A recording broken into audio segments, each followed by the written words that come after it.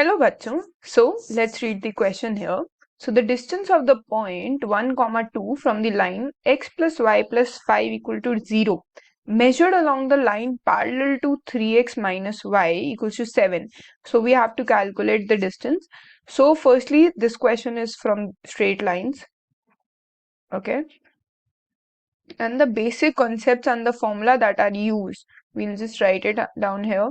So this is from straight lines, right? Okay, so slope of two parallel lines are always equal. We need to know this. This is like the basic concept that is used in the question.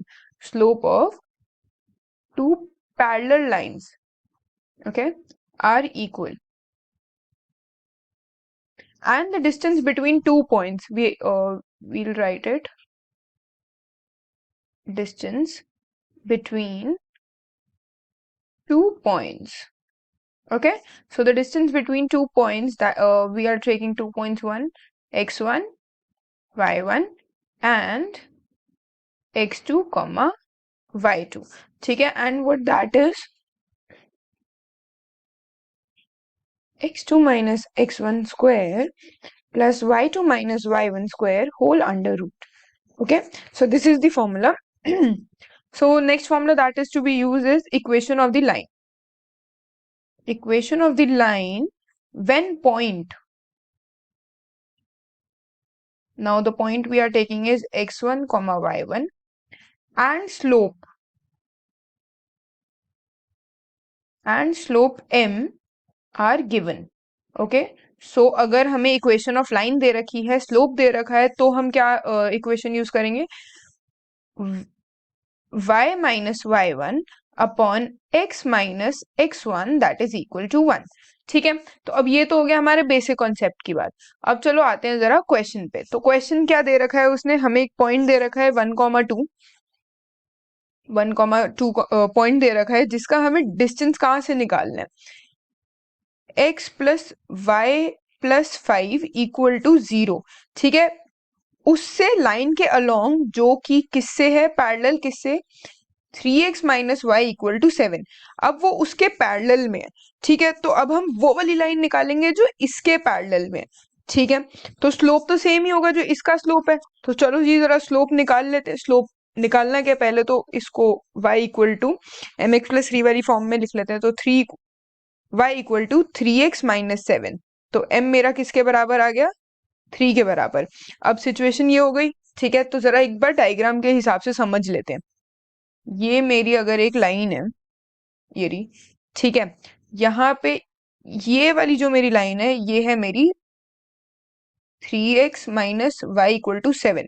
ठीक है, यहाँ मेरे को एक point है. ठीक है, अब ये पॉइंट मेरे को अभी निकालना है. अभी निकालते हैं जरा.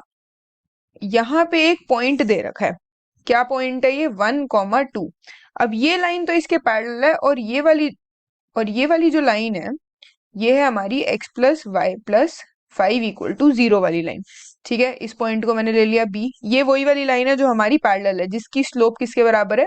3 के बराबर है. तो अब मेरे को इक्वेशन निकालनी है. ये वाला पॉइंट मैंने ले लिया a. ठीक है, अब मेरे को निकालनी है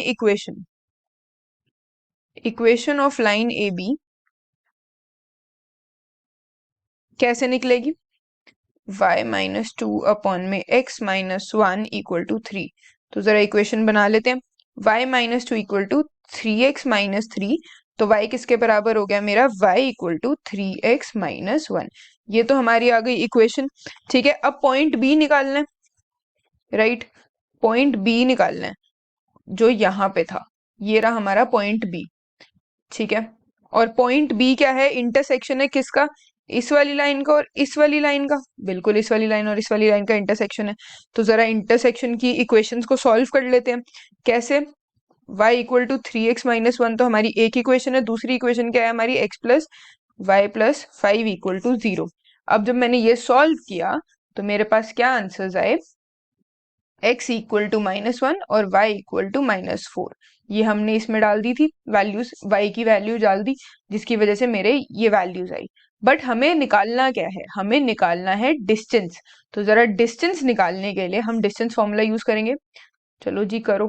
तो क्या डिस्टेंस फॉर्मूला है मेरे पास? 1 प्लस 1 का स्क्वायर यहाँ पे हमने क्योंकि वैल्यूज तो निकाल ही लिए, और दूसरा क्या है मेरे पास 2 + 4 का स्क्वायर। तो जरा सॉल्व कर लो, 2 का स्क्वायर प्लस 6 का स्क्वायर क्या आ गया, होल अंडर रूट 36√40, राइट।